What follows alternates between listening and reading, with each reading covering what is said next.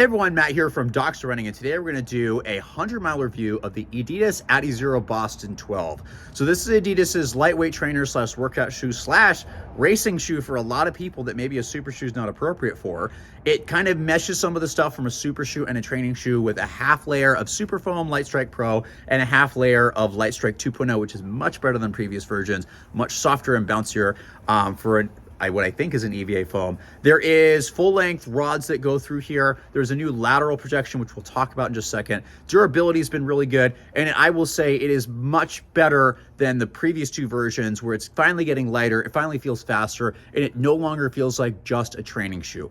The Boston series has a history of being kind of that lighter weight shoe that was an alternative to more aggressive racing shoes like the Adios series.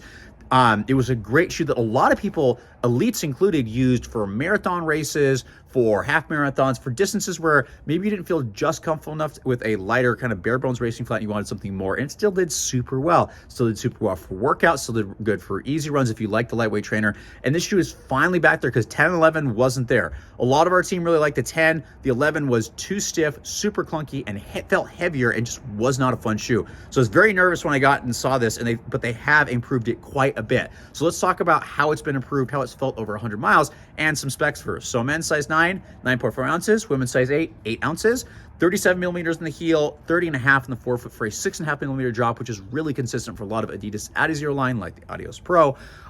Fit, first of all, has been very, very consistent. I've had a lot of room in the forefoot. If you get this true to size, you're going to have a lot of wiggle room up front, which was really, really nice. If you're a little short, this is going to taper really quick, so just be aware of that. Midfoot, didn't have to tape it, tighten it down too much, fairly normal to slightly snug fit with a little more snug fit in the heel. There is a small heel counter back here, which didn't bother me at all, mostly really flexible. So feels really good on foot going forwards. There's not a lot of structure in this upper, so if you're turning a lot, you're gonna slide around a little bit. I did have a lot of sliding.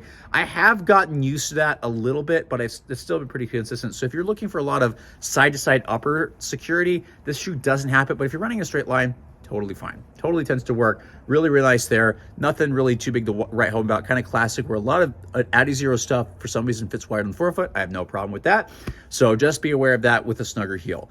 Ride is where things get really interesting. So like the last couple Bostons, there's still that large posterior lateral bevel. So those people like myself who land really hard at the heel, it's really nice if you tend to collapse inwards because it kind of keeps you a little bit more lateral. That's nice. People that tend to supinate a lot, you may do better than previous versions because now there's a lateral projection of the rod here, which really pushes you back to the middle. So for someone like me though, I'm having trouble with the midfoot where it's really narrow here and this in the sole, and then there are sidewalls, but it's Light Strike Pro, so I just kind of fly through it. So the heel's good for me. The midfoot is where things are a little less stable because I get pitched inwards at the midfoot. So people that need midfoot stability, this might not be the best option for longer stuff, but once you get to the forefoot's the best part. Ton of Light Strike Pro, really snappy and bouncy, feels awesome when you're running faster. Forefoot, really nice, snappy transition. It is really smooth, especially going at faster paces. So that's kind of the lay of how the ride is. That changes when you go faster. So this lateral piece doesn't bug me as much when I'm running faster. And I can say I've had some of my best workouts in this shoe. Some of them the same, if not better, than some of the super shoes I had. Not that it feels 100% like a super shoe, but when you start running faster, that's when the shoe really comes alive. Running easy feels fine. Again, if you don't worry about the midfoot, it's fine. I've done some up-tempo longer runs in this shoe. It actually felt good until I slowed down. Then the midfoot kind of got to me.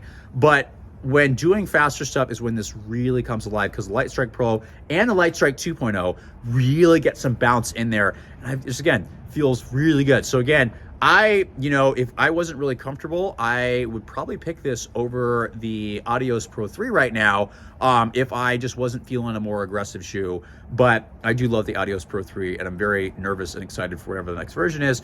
But it, again, really rivals that faster shoe with the ability to also be more versatile and handle some more training. So I think a lot of people are going to do great. If you don't need midfoot stability, or if you need a little bit of lateral guidance to the midfoot, I think this shoe is going to work really well as an option for a lot of people where a super shoe isn't appropriate, but you still want something fast that can do a lot of stuff. This is a great option for that. People need a little bit more room in the forefoot, a little bit more snug stuff here. And the best part is, like the previous versions, what's been maintained is the durability has been awesome. I have 100 miles on this, have still not worn through the outsole. So if you want something, you're going to get a good bang for your buck. handle a ton of miles, handle a lot of stuff. I think the Boston 12 is going to be a great option and is finally moving back to where it once was.